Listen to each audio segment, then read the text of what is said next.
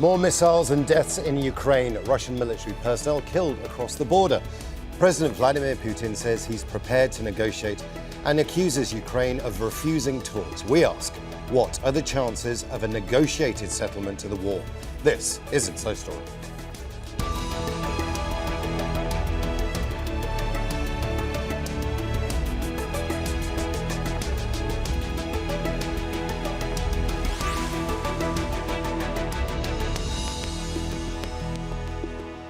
Hello and welcome to the programme. I'm Imran Khan. The war in Ukraine is the worst military conflict in Europe since the Second World War. There's no official death toll, but in the 10 months of fighting, there have been tens of thousands of military and civilian casualties, and millions of people have fled their homes. All wars end eventually, some in outright victory and defeat, others around the negotiating table. Ukraine's President Volodomyr Zelenskyy is reportedly working on a peace plan to be unveiled in February. Russia's President Vladimir Putin says he's open to discussions to end the war and blames his opponents for refusing to negotiate. I believe we are acting in the right direction. We're defending our national interests, the interest of our citizens, our people. I reiterate, we don't have any other choices but to protect our citizens. However, we are prepared to negotiate some acceptable outcomes with all the participants of this process. But it's their business. It's not us who refuse talks, it's them. President Zelenskyy says that Putin's apparent willingness to negotiate is a delay tactic after Russia suffered major setbacks on the battlefield. Only a few days of this year left. We must be aware that our enemy will try to make this time dark and difficult for us. Russia has lost everything it could this year, but it is trying to compensate for its losses with the gloating of its propagandists after the missile strikes on our country, on our energy sector. I know that darkness will not prevent us from bringing the invaders to their new defeats, but we must be ready for any scenario.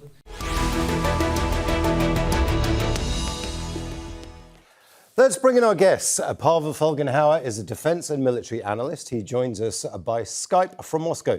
Hanna Shelest is the Security Studies Program Director at the think tank Ukrainian Prism. She joins us from Odessa.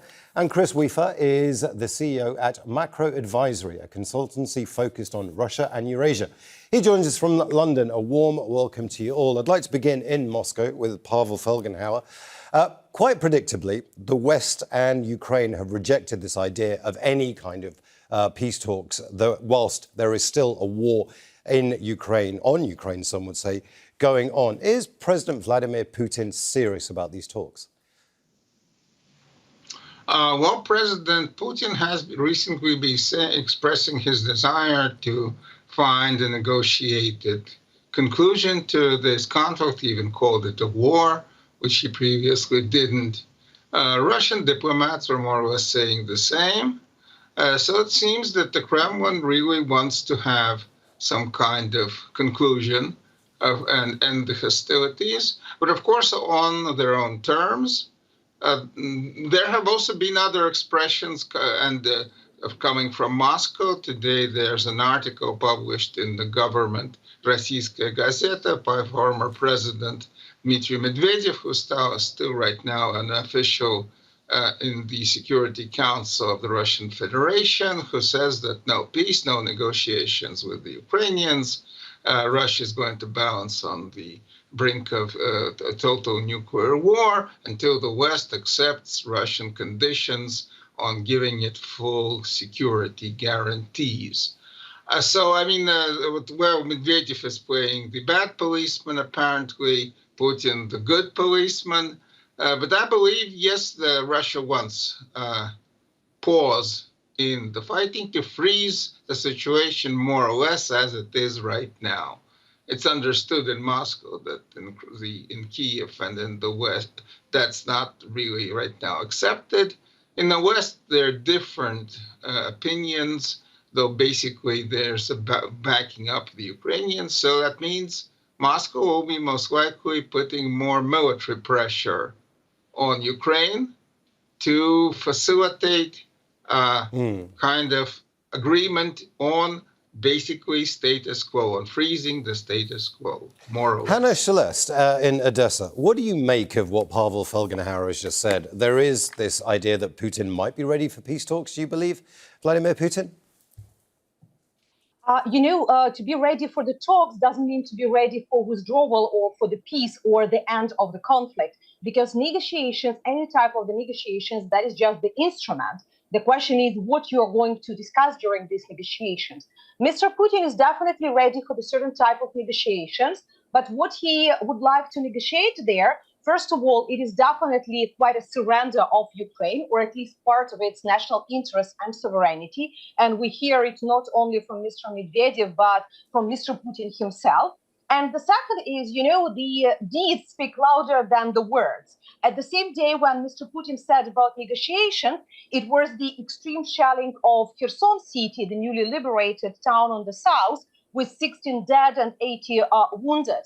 When you're speaking about negotiations as a way for peace, you're not trying to destroy the city that you just lost. And definitely you are not bringing additional weapons. And we see the last week the additional weapons coming to all borders of Ukraine, and especially in the Zaporizhia region.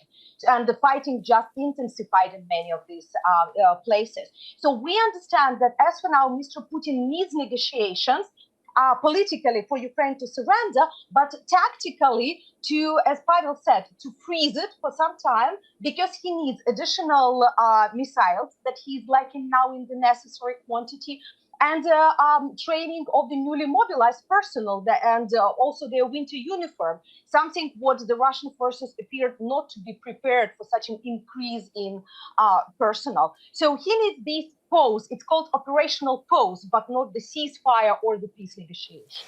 But Hanna, you make an interesting point there, and I'll bring it up with Chris and with Pavel in just a moment. But I'd like to ask you, you're talking about the idea that there are freezing these tensions and then going to the negotiating talks, but you're also talking about Ukrainian sovereignty. All of these issues can only be negotiated once the two people sit round a table. You're not even getting to that stage yet. You're already putting up barriers. Why don't you just start talking? Why doesn't the Ukrainian president and the Russian president basically start talking?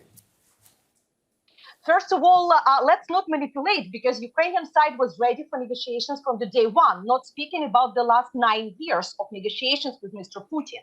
The last negotiations between Ukrainian and Russian president happened in December 2019, where in Paris they agreed that in 4 months all 4 presidents will meet and talk again. Since then, Russian president constantly rejected any types of the negotiation, telling it's nothing to talk with Ukrainians. So when we appeared in February with this round of invasion, we had Ukrainian-Russian negotiations in Belarus, in Istanbul. What are the results? Nothing, because even when Russia started to lose what they conquered, they wanted only what? If you go, it is de facto elimination of Ukrainian statehood, because they were talking about our language, about our history, about our foreign policy choices. They were speaking about re-educating of Ukrainian people. And that is the words not from some marginals, that is the words of the political leaders of the country. So now, after 9 months, the situation didn't change. That's why when Ukrainian president is saying about negotiations, he is not rejecting negotiations as the instrument for final agreements, but he is raising the questions about what we are going to negotiate. If we are coming again, and Mr. Putin is saying that, well, like about some denazification of Ukraine, you understand that it is manipulation. It's not searching for peace. Chris, I will come to you in just a second, but I'd like Pavel's reaction to that. The bombings and negotiations sometimes come hand in hand. But just 50 years ago, there were the Christmas bombings of North Vietnam by the Americans, ordered by President Richard Nixon to facilitate peace talks in Paris. And, well, peace talks soon resumed there, and the peace agreement was found, though, of course, in the end it ended with the North Vietnamese taking over South Vietnam. But anyways, so this is not that bombings and peace talks often come together. And I believe that right now Russian long-range attacks into Ukraine have also the prime objective of actually forcing Ukrainians to the negotiating table without maybe preconditions, but that's right what Russia would want. sovereignty, most likely, of course, would be good for Russia to get sovereignty, say, Ukrainian agreeing to cede sovereignty over Crimea or something. But again, that's understood that that's not happening, but long-term pause in the fighting, would be important right now for Russia, and that's most likely the kind of realizable objective that Moscow sees right now achievable. Chris, in London. Chris, you're a consultancy that's focused on Russia and Eurasia, extensive experience in the region. Here we're looking at a situation where the Ukrainian morale is higher. Civil society is backing a lot of the Ukrainian military. They're in a good position.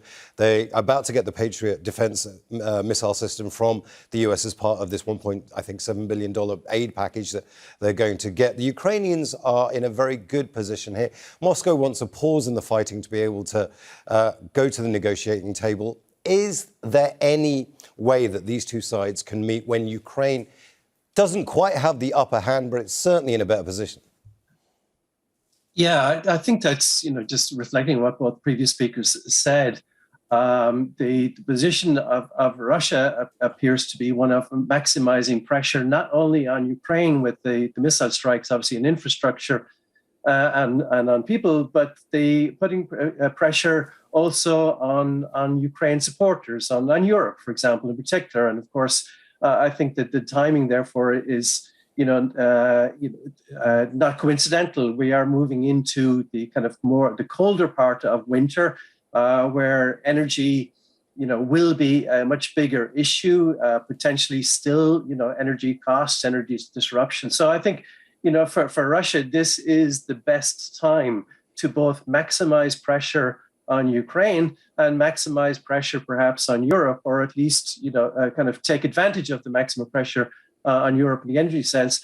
And then at the same time, put on the table the possibility or the openness for talk. So I think the timing is to do with, the weather, the energy factor, and also I think the fact that, Ukraine has now agreed this a very substantial deal with the US, as you mentioned, Patriot missiles and other technologies. So again, the situation militarily might be quite different in the spring or after the spring, and Russia may be more vulnerable. So this is for sure the best time for Russia to both increase pressure as well as offer the possibility of talks. And also in terms of the economy, we are moving into a different phase in the economy in Russia, a more debilitating phase.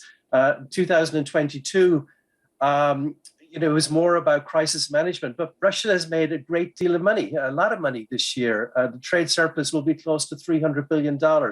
So the National Welfare Fund and the other financial reserves are very high, but that is going to change. It's already changing. The ban on crude imports to Europe, the ban on the oil products coming in February, the much lower volume of gas exports into Europe means Russia will earn a lot less in 2023. And as we go forward, of course, that will have more of a damaging impact and will reduce Russia's financial reserves. So, yeah, I think all of these things combined as to why we're now hearing this possibility of talks at this stage. Russia's position may weaken as we go forward, certainly economically, because of the accumulation of sanctions impact. Pavel, what do you think? Russia's position is weak and therefore it needs to come to the negotiating table. Is that an accurate assessment for you? Well, of course, the official line is that Russia is okay, the Russian military is strong, the Russian defense industry is producing more weapons, the Western sanctions are not working.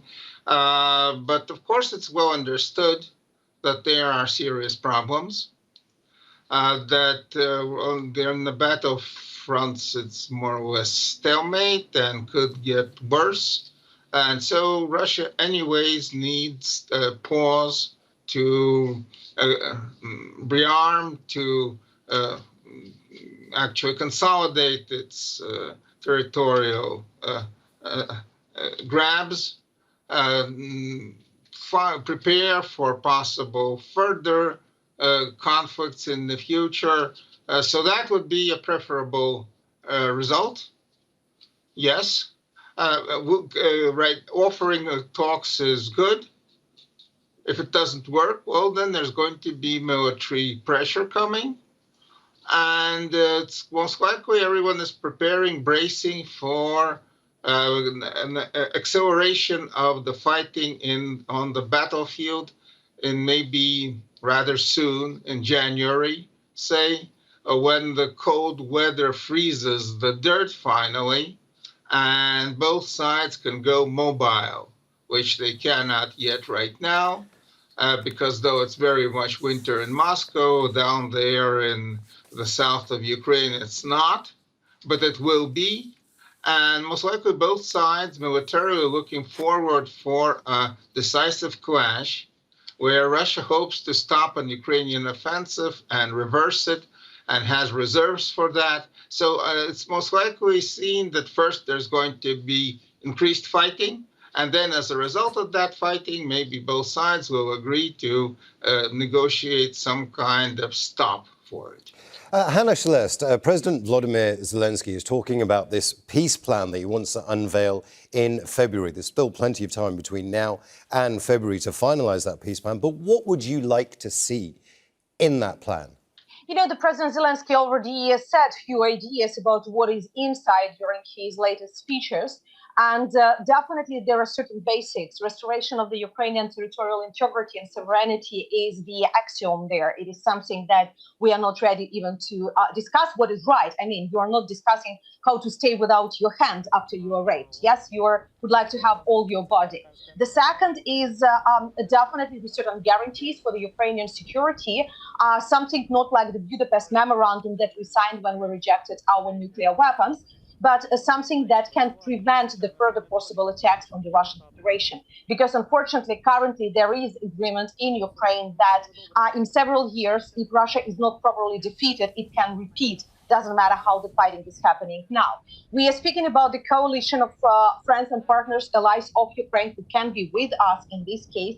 We're speaking about the possible control over the Russian military sphere. Probably not the total demilitarization as some dream about, but at least the maybe demilitarization of the line near Ukrainian borders. We also speak about the reconstruction plan, because that's also the big question: who will be reconstructing the country that is destroyed now by the Russian missiles, and why the Western governments should pay for this when we have a lot of Russian money being freezed in different countries. So that is definitely quite a complex plan that has both the security part, the military part, but also the social humanitarian part about the reconstruction of the country and about a tribunal, or you can call it in any different way, but about justice. Because there are so many military and war crimes being committed during these 9 months. And unfortunately, at each liberated territory, we are finding more and more cases of the mass graves, of the civilians killings, and so on, that Ukrainian nation is really calling for the justice. That's why we understand that part of the peace plan also will be any type of the justice search. Will it be the Truth and Reconciliation Committee? Or the tribunal. Sorry, Hanna, we are running out of time, and I would like to put the points that you've made to Chris Weafer. Chris, we're looking at two very stark positions here, two positions that are so far apart from each other that negotiated settlement seems highly unlikely. Is there any room for manoeuvre that you can see? I think in terms of the positions stated by both sides, then you'd have to say no. The positions are just polar opposites from each other. And, you know, at the very minimum, you're talking about years and years and years of negotiations. I think realistically and optimistically, what people are hoping for is simply a frozen conflict, a cessation of the fighting where the missiles are no longer flying and people are no longer dying. That is, I think, the most realistic kind of level of optimism at this point, not, you know, what type of peace deal might be finally negotiated, because that just seems so far away that really there's no level of optimism that both sides could come together based on where they are right now. It will require leadership change in Russia for sure, but many, many years. Now, I think at this stage, what we're looking for, and maybe what Moscow is hoping for, is the terms of some sort of a ceasefire where the political process can then start and last for years. But a ceasefire would be important for Russia because it would probably end the momentum towards new sanctions if there was a ceasefire. And remember, a lot of the most damaging sanctions against Russia are voluntary rather than legislative. In other words, companies that have on their own initiative decided not to supply Russia, not to work with Russia, not to be in Russia, and are still leaving. So I think a ceasefire, then Moscow may hope that those sanctions momentum would end, some of those voluntary sanctions probably ease, and companies will be under less pressure to leave. So I think it's all about a ceasefire. It's not about peace talks at this stage. That's just too far in the distance and too difficult. Pavel, in Moscow, would Moscow consider a ceasefire, as our guest in London has just said, would it consider that as a victory? Well, if not a victory, I mean, anything that happens, the Kremlin's going to spin as a victory. That's not the problem. But a ceasefire is what Russia right now needs, based, as I say, on more or less the line of control, a freezing of the situation, and details of who gets what are negotiable. But that is the baseline. And yes, that's what most likely Moscow would want, but I don't right now see it as happening immediately. I believe that first it's going to be decided on the battlefield, and most likely during a short but maybe vicious winter campaign, because in the West, people in the winter go to winter quarters. You don't fight when it's freezing. And Russia and Ukraine, they do, because then the dirt freezes and you can move through fields and dirt roads. It's everything frozen solid. And that's where most likely both sides, military commands on both sides are gearing up for a very serious clash in this coming maybe January, February, which may decide, will there be a ceasefire, on which lines of control this ceasefire is going to happen. Sorry, Pavel, we are running out of time, and I do want to come to Hanna as well. Hanna, you've heard what Pavel has just said. There is going to be way more fighting before any kind of ceasefire comes into place. But is this a ceasefire the best you can hope for? No, Ukraine is not searching for the ceasefire as just a ceasefire. We understand that our armed forces have the best security guarantees. But at the same time, referring to your phrase that you always said about the two sides' positions or two opinions, there are no two opinions. It's not a commercial dispute. We have the victim and we have an aggressor. When you have a killer or a rapist and a victim, you're not speaking about two positions. You're speaking about who should be punished and in which way. You're not negotiating about this. You're protecting and defending you. Start thinking about this conflict from this side. And in this case, it starts to be easier to think about what Ukrainian side should agree or should negotiate. Chris Weaver, you've heard both our guests there. There is plenty of fighting to come. That's what we're hearing. But winter is coming, and this is a conflict that can be fought in winter by two sides that have significant experience in all of this. So a ceasefire seems completely unlikely. Do you still believe that's the most likely outcome after hearing our two guests? It's the only outcome where there can be any level of optimism. I mean, peace talks and final peace agreement, I think, is just so far in the distance, it's not really worth even considering at this point. But as a first stage, there, of course, has to be a ceasefire. Whether or not that can be agreed before an escalation in fighting, well, we have to wait and see. We simply don't know. But I do believe that this is one of the kind of objectives of say, the Kremlin's energy strategy, the fact that, you know, it has put Europe under a lot of energy pressure coming into winter. I think the hope from Moscow is not that President Zelenskyy will agree to sit down or to a ceasefire, but that perhaps pressure from Europe or pressure from other countries that support Ukraine right now, that pressure may then change the equation and lead to a peace, a ceasefire. So I think, you know, as I said, to be clear, I think it is a ceasefire is the only level of optimism that anybody can realistically hope for. But the question is whether that can come before an escalation in fighting or not. We simply don't know. But we know Moscow I think that's what Moscow's preference would be at this stage. But as previous speakers say, it's just not clear at all. I want to thank all our guests, Pavel Felgenhauer, Hanna, Shelest and Chris Weafer. And I want to thank you as well for watching. Now, you can see the programme anytime by visiting our website, aljazeera.com. And for further discussion, go to our Facebook page. That's facebook.com/AJ Inside Story. And you can also join the conversation on Twitter. Our handle is @AJ Inside Story. From me, Imran Khan, and the whole team here, bye for now.